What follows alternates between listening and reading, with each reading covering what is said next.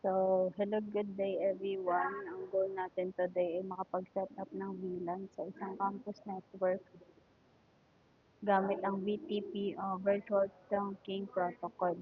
Ginagawa natin to para maging organized and manageable yung network natin. First, i-ensure muna natin na lahat ng routers and switch ay naka-factory default settings. Sa switch 1, tatype natin yung command na show VLAN brief.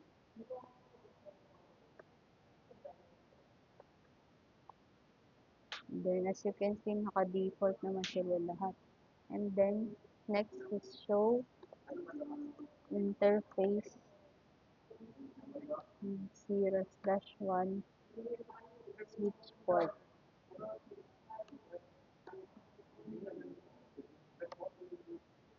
Show interface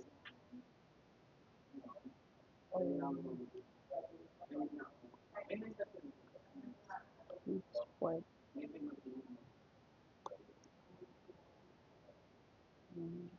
Pinapakita dito yung ano, ng kabilang. And then, after ma-verify, i-configure naman natin yung inter-switch link to operate as trunk port. Sa switch 1 pa rin tayo, pero i-config natin. Then, ilalagay natin yung command na int g0/1. And then, switch mode trunk.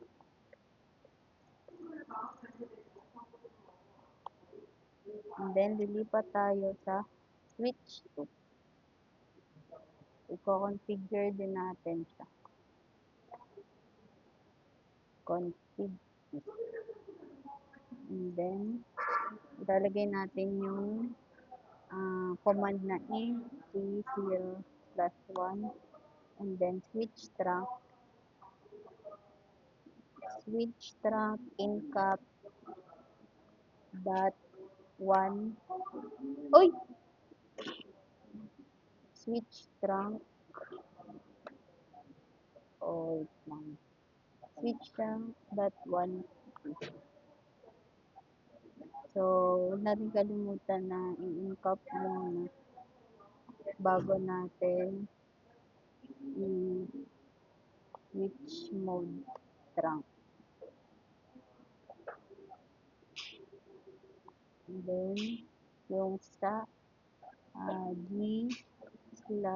G0/2 naman, ay huwag din natin kalimutang i-switch trunk incap.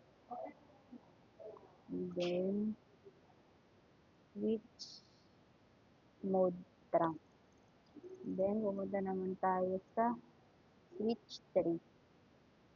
I-configure din natin sila. And then, G0/2 and then switch mode trunk.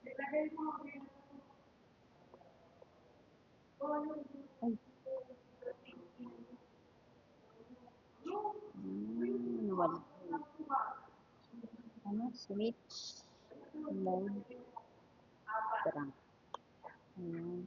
And then after nyan, isa-set up naman natin ang switch 1 as VTP server within the VTP domain ECE3. Naka-config if tayo. Exit natin yun. After nyan, VTP para ma-set up natin as VTP server, VTP domain ECE3A. And then, wait lang. VTP domain, ayan. Wait. And then, after nyan, nasa configuration pa rin tayo, VCP mode server. Mm, After that, lilipat naman tayo sa switch 2 and i-configure naman natin yung switch 2 so it doesn't not synchronize its VLAN based dun sa switch 1. So, as transparent naman ito. Exit din natin siya ulit para mag-lipat ulit sa config. Tapos, BTP mode, transparent. Ayan. And then, lilipat ulit tayo sa switch 3. Iko-config naman natin siya as client. So, exit naman ulit natin to. And then, i-type natin yung command na BTP mode client. Ayan. So, naset na natin as BTP client mode yung switch 3 natin. Tapos, BTP, ilagay natin yung BTP domain,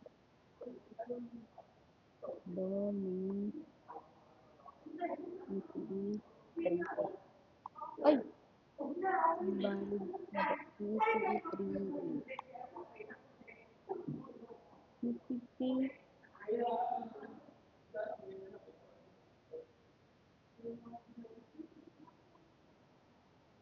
Wait. Bakit nagkaganito? BTP. Mali spelling, sorry. BTP domain PCE 3A. Ayan. So, na-change na natin siya. And then, mag-create tayo ng engineering and sales and native VLAN across the switches. So, papangalanan natin. So, pupunta ulit tayo sa switch 1. And then, nakakonfig pa rin naman. Ilalagay natin VLAN 10. Tatawagin natin yung VLAN 10. Tapos, name and which is engineering. And then, tawagin naman natin yung VLAN 20. Lagyan natin siya ng name na sales. And then, tawagin naman natin yung VLAN 199. Mali. VLAN 199.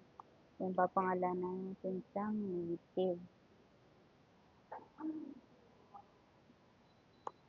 Ayan. Then, lilipat ulit tayo sa switch 2 para pangalanan naman yung ibang VLAN para makilala sila. So, VLAN 10, tatawagan natin. VLAN 10. And then, papangalanan name and engineering. And then, VLAN 20. Then naman natin siyang name, sales.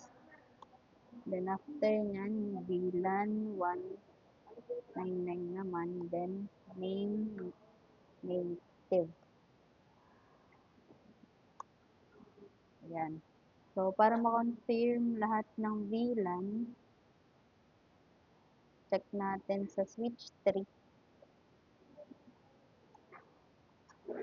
So, naka-config pa rin tayo. Exit natin yan.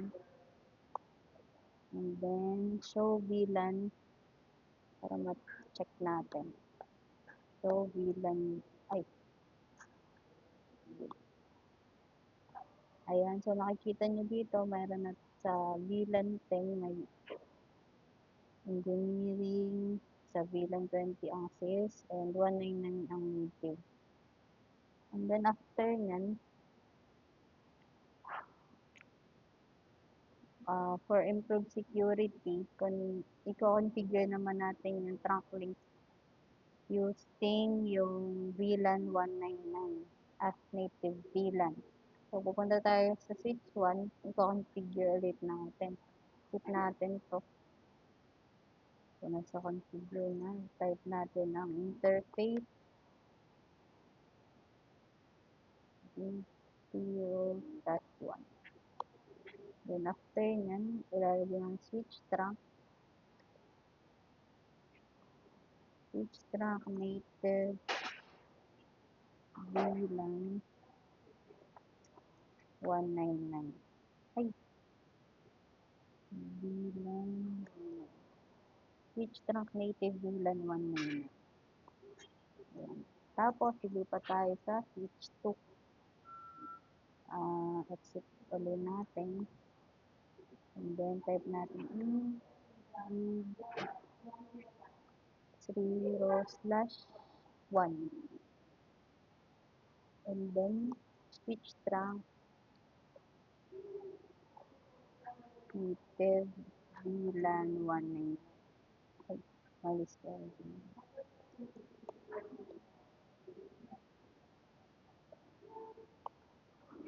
And then, next is yung sa G2. 0/2 naman. Switch trunk din natin. VLAN. Switch trunk VLAN. Ay, switch trunk native VLAN 199. And then, lipat naman ulit tayo sa switch 3. I-ano din natin sa switch 3. Hanap, configure natin. And then, yung /2. /2. Ano, yung 0/. And then, switch trunk.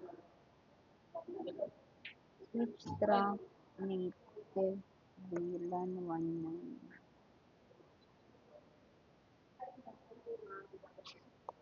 Ayan. Then, after nyan, i-ensure naman na, mag-assign naman tayo ng appropriate VLAN configuration sa mga ports connected dun sa ating PC. So, ensure lang din natin na yung engineering PCs are assigned to VLAN 10 sales PCs and VLAN 20. So, pumunta tayo sa switch 1. Nasa config tayo. Ay, exit muna natin. And then, int range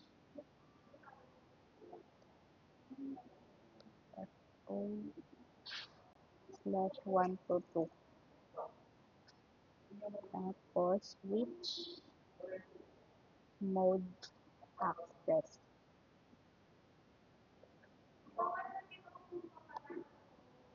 Tapos, switch access VLAN 10.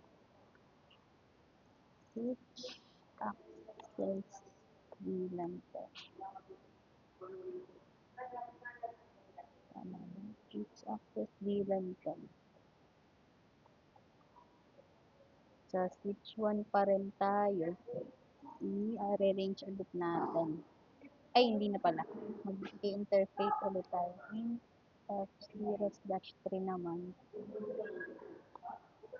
Tapos, switch mode access VLAN 20 naman. Ay, access VLAN 20. Ayan.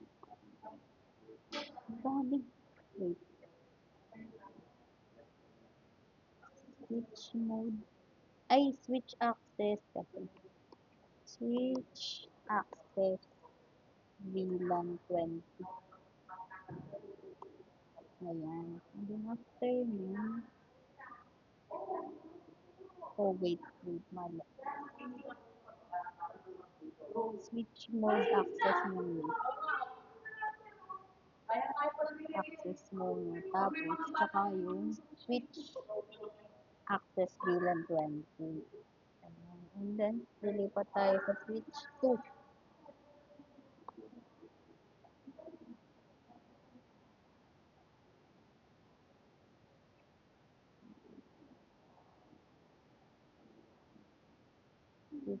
Sa switch 3 pala.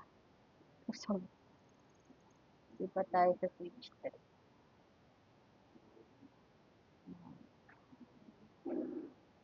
Naka-config. Naka-config tayo. Exit natin. And then, int range f0 slash 1 to 2. Lagay natin ang switch mode access. After nyan, switch access VLAN 10. Ay, VLAN 20 naman. Switch access VLAN 20. And then, interface ulit natin f0 slash 3 naman. Tapos, switch mode access. And then, switch access VLAN 10. Ayan. So, itatest natin and ipo-confirm yung engineering PC kung successful ba yung pagka-communicate niya with engineering PC 3. So, pupunta tayo sa ito, sa PC na ito. Ayan. Tapos, desktop and command prompt. So, iping natin yung 10.10.10.1. Check natin kung nagko-communicate siya with engineering 10. Nagre-request time. So, ganyan talaga kapag first try.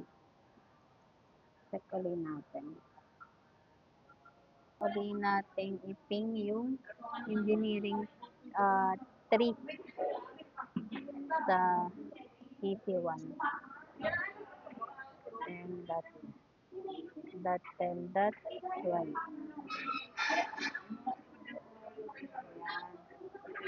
So, nag-success na siya. And then, after that, mag-interVLAN routing naman tayo. So, pupunta tayo sa R1. CLI tayo, and then, enable tas config C.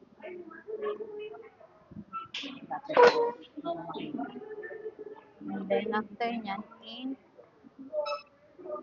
f0 slash 0. Then, after that, makita. Ilalagay natin yung IP address. IP address 10.10.10.1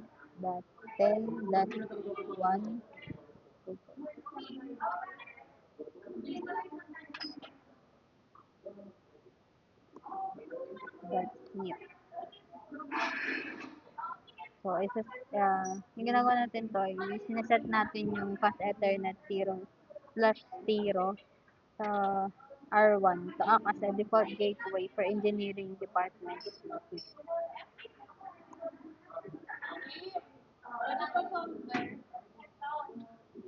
Ayan. And then after nyan, ay, kailangan pa ng shutdown. No?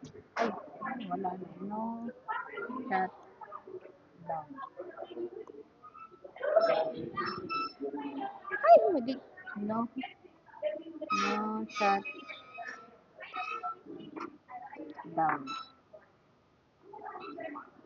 Ayan. And then after nyan, i-configure naman natin yung fast ethernet 0/1 on R1 to serve as default gateway naman para sa sales department PC. So, exit natin to. After nyan, in F0/1. Tapos, lalagyan natin yung IP address. IP address 10.10.20.1 then 255. Tapos, no shutdown. And then, after nyan, pupunta tayo sa switch 2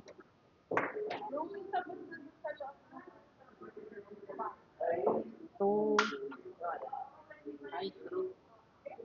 ang gagawin na sa switch 2, isa-set up natin yung switch 2 para mapacilitate niya yung interVLAN routing gamit yung R1 as default gateway. So, i-enable muna natin, then config tick. After nyan, ano natin, int f0 slash, ay, 0/1. Then switch mode access. Switch mode access. And then switch port access VLAN 10. Switch port access VLAN 10. And then tawag sa int f0/2 naman. Tapos, yan na lang switch mode access, then switch access VLAN 20 naman.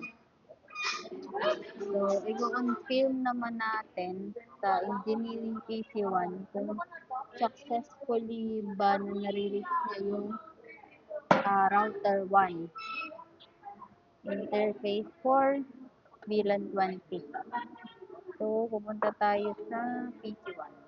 Ay, sa PC1 ng engineering. And then, magpiping ulit tayo. That one naman siya. Kasi yun yung, tama ba? Yun yung ano ng, ito, try natin. So, successfully na nakiping yung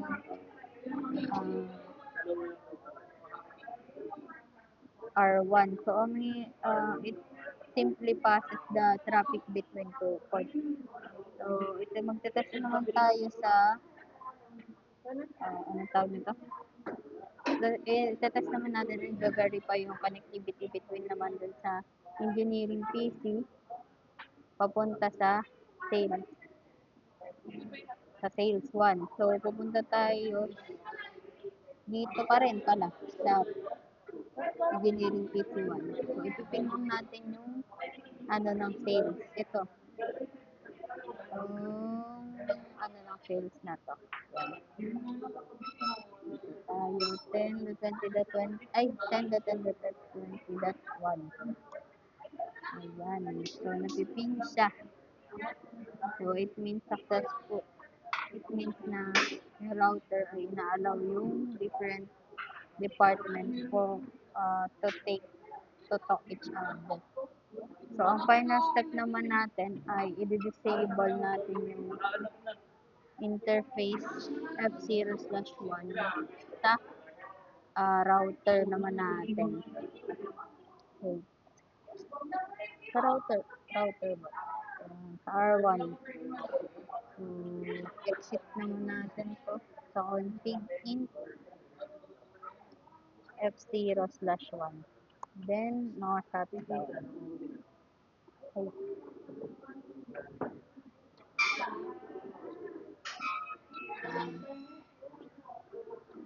And then, gagawin naman natin yung router on a stick.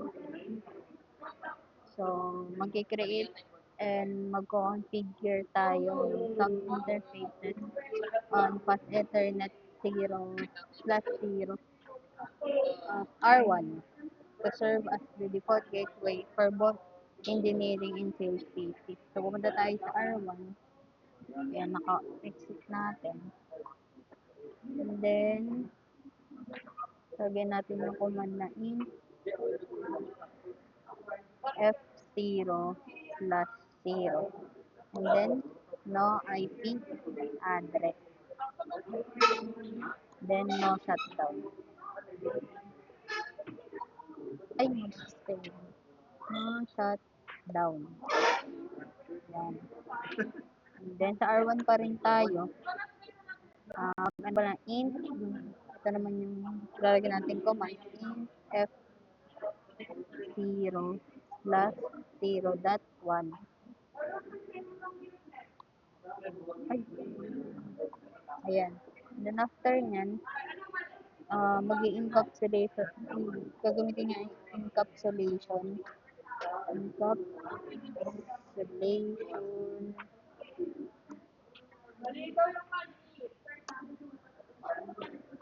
dot 1q 10. And lalagyan natin yung IP address. IP address 10.10.10.1 tapos 255.255.0. Ayan. And then after nyan, yung isa naman, 0 slash dot 20. Tapos yung encapsulation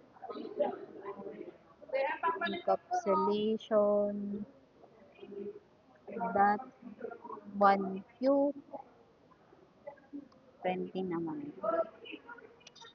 Then IP address 10.10.20.1 255.255.255.0.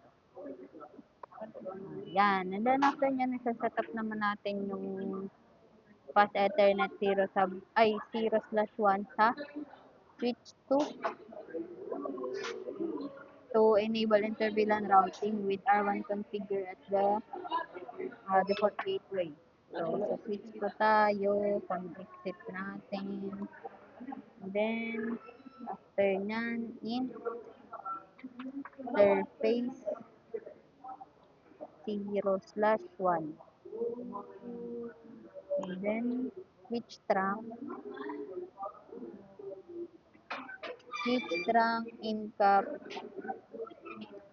dot 1q.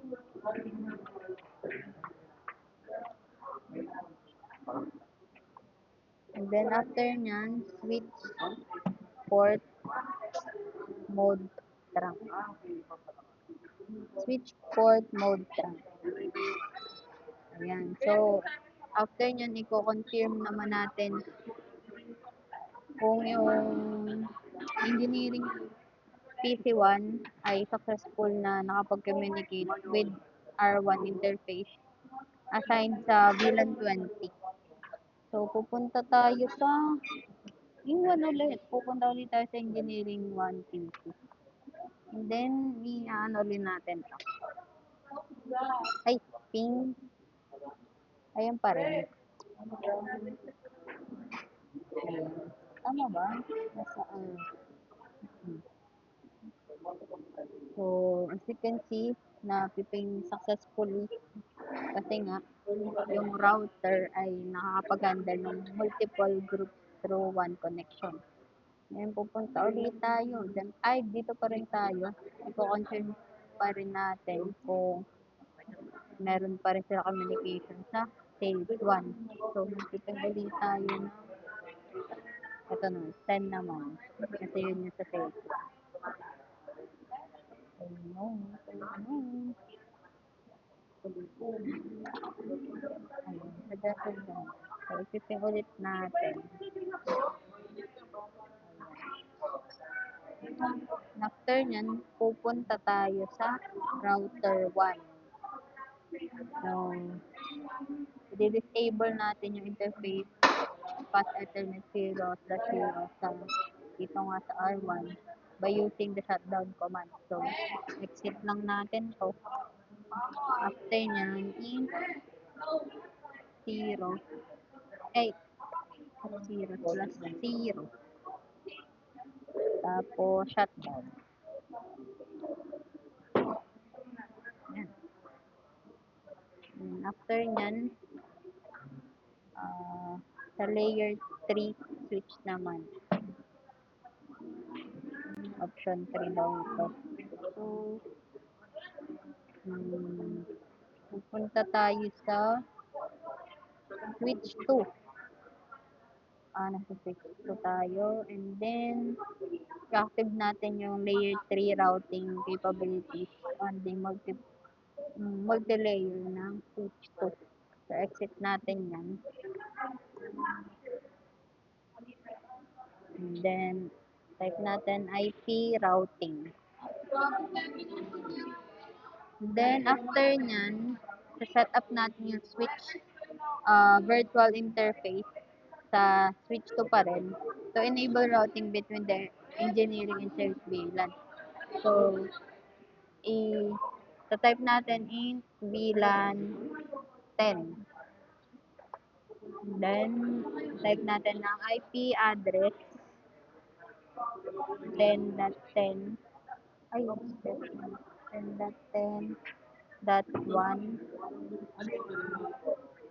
ay, dot 10 pa rin, dot 1, 255.255, dot 0.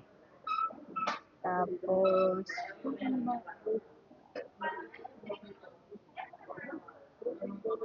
IP address, interface VLAN, VLAN 10, IP address. Ay, kaya pala, na-double yung Ayan. And then, after nyan, int VLAN 20 naman. And then, ano naman natin yung IP address ng VLAN 20. 10.10.t.1 tapos 255.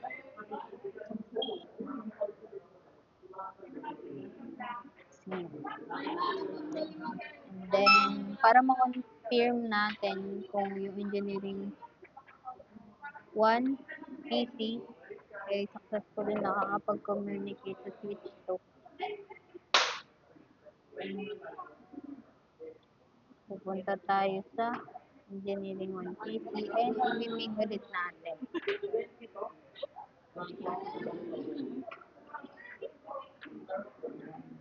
As you can see, successful siya. So, the switch 2 is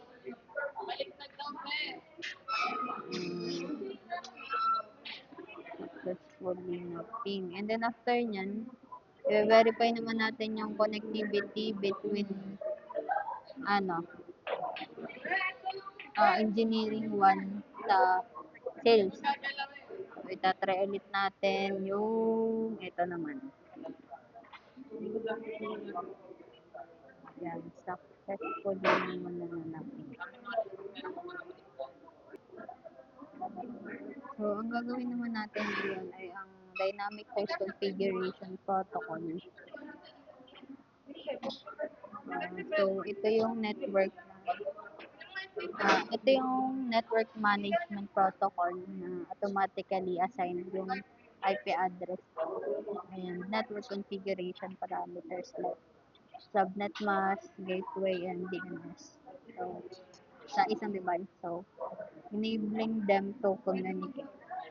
It eliminates manual IP configuration, tsaka it reduces error and simplifying the management. So, first thing na gagawin natin ay i-configure natin yung F0/0. So, enable natin yun, then config T. After nyan, in F0/0. And then, IP address, DHCP. Then, no shutdown. Oh,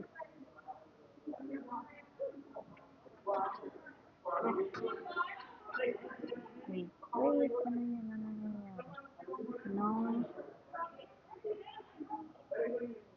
shutdown. And then, para ma-confirm po ang R1 ay successfully acquired as public IP address through DHCP, Tingnan natin sa R1 yung lagay natin, exit natin. Lagay natin yung command na ipint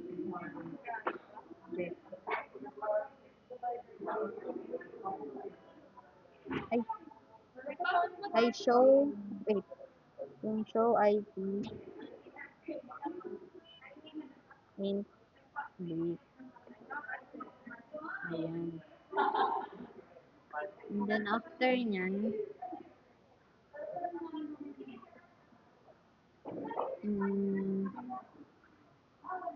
i-activate natin yung DHCP service sa R1 para mag-assign ng IP address sa mga PC within yung subnet na 10.10.10.0/24 subnet. So, saan na ba tayo? Punta ulit tayo sa nasa R1 pa rin pala tayo. So, reserve the range 10.10.10.1 through 10.10.10 for static assignment to servers and printers.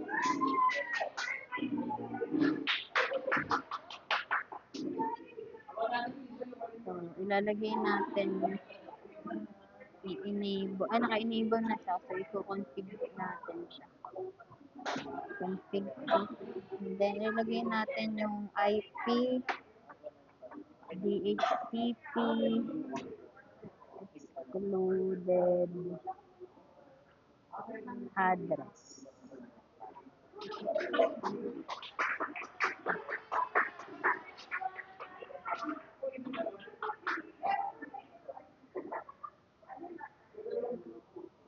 Tapos, DHCP, IP DHCP,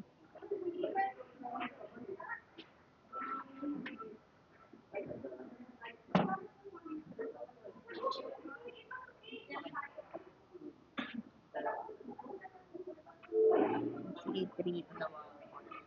And then, lagay natin yung default router 10.10.10.1. Ay, mali spelling ko ng router. 10 ay router 10.10.1 ay .1. Then DNS server 10.10.20.10. Then lagyan natin yung network 10.10.10.0. Tapos 255.255.255.0. Ayan. And then after yan, ipiping natin siya sa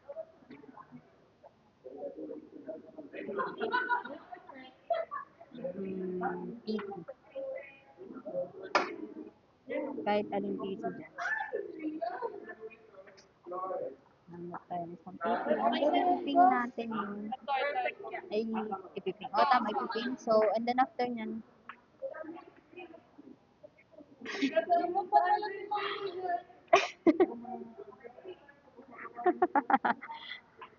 after nyan, ipiping natin ipconfig ipconfig/all. Ay, yan. Slash all. Ay, ayan. And then, as you can see sa IP address, IP ito.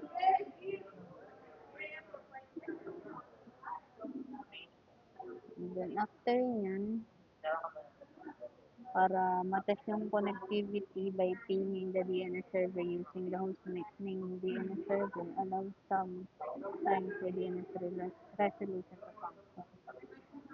So, more natin. I-type natin yung ping DNS server. nagpiping siya successfully. And then after nyan, sa R1, verify natin yung both clients have been assigned IP address via DHCP. So, ayun, exit natin. Kailangan ba nakakonfig? Hindi. So, exit natin ulit. And then, show, type natin show IP, DHCP binding.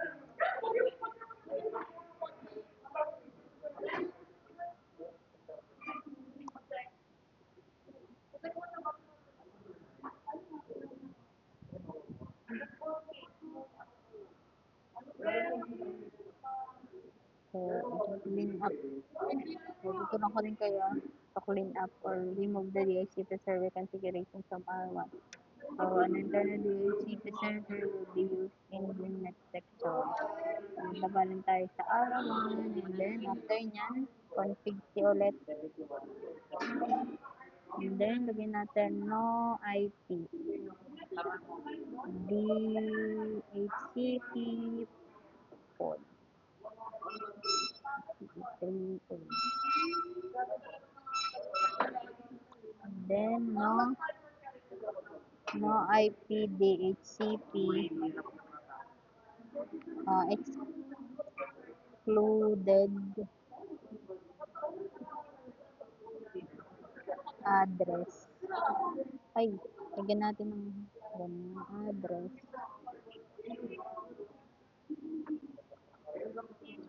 10.10.10.1 10.10.10.10.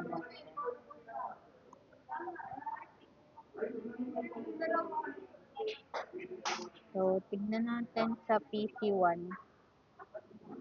ulit. Ay, dito kasi dito tayo nag-ano. Ipiping ulit natin. But, ang nakalagay na ipconfig/release.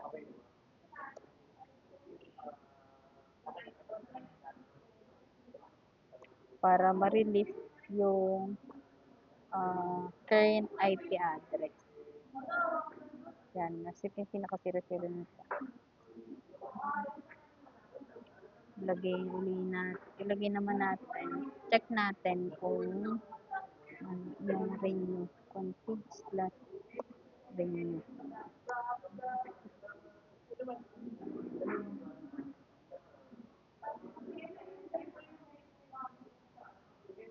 Yan lumabas.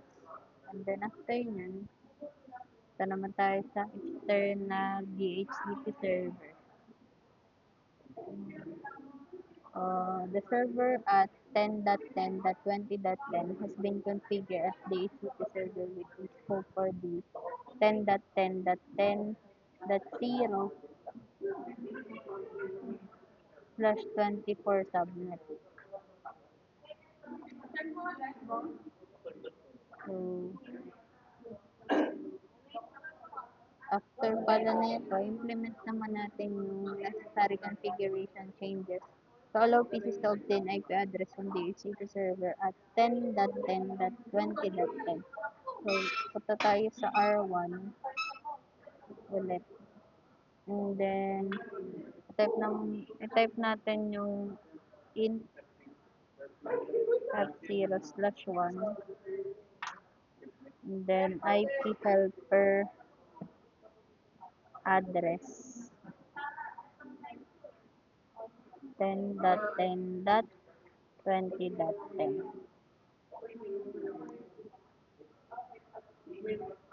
Ayan. So, para ma-confirm natin kung yung client ay successfully received the IP information by DHCP, ipiping ulit natin siya sa PC1. So, IP config/on.